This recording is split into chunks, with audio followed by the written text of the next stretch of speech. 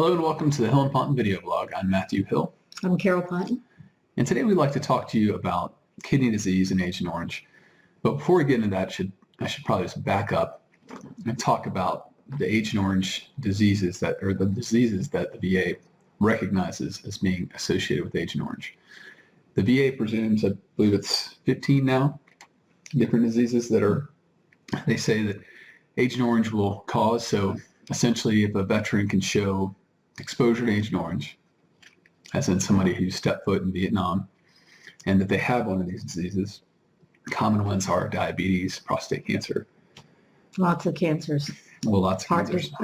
Heart disease. Heart disease. And the VA will just automatically say it's related, and the veteran will receive compensation for it. Sometimes we see cases where the veteran develops a disease that is not on their list of presumptive diseases. When that's the case, the VA will automatically deny it, and they'll say, this was not on our presumptive disability list, and therefore you're not entitled to benefits for it. What they never do is they never do the direct service connection process, meaning even if this isn't on the presumptive list, the VA still has to say, okay, there was something that happened in service, which is Agent Orange exposure. It's currently a disability now, and is there a nexus, or essentially is there a medical link between the two? Right. And so we see some diseases that there actually is a link and the VA ignores.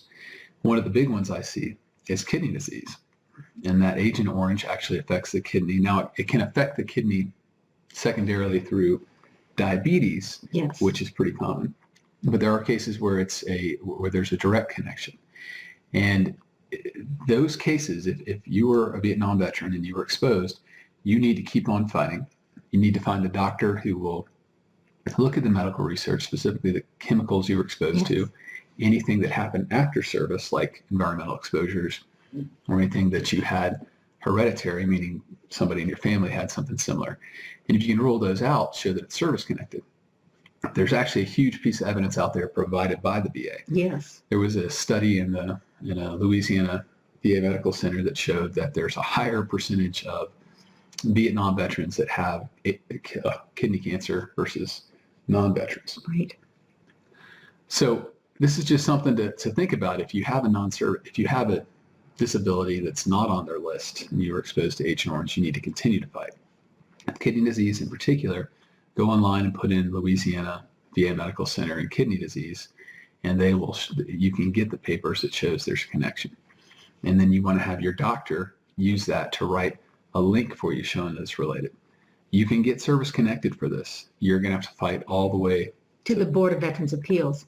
Remember, there are cases you're just not going to win at the regional office, and this is one of them. But you can win at the Board of Veterans Appeal if you have the evidence. Right. So thanks for joining us today, and we'll look for you next time on The Space.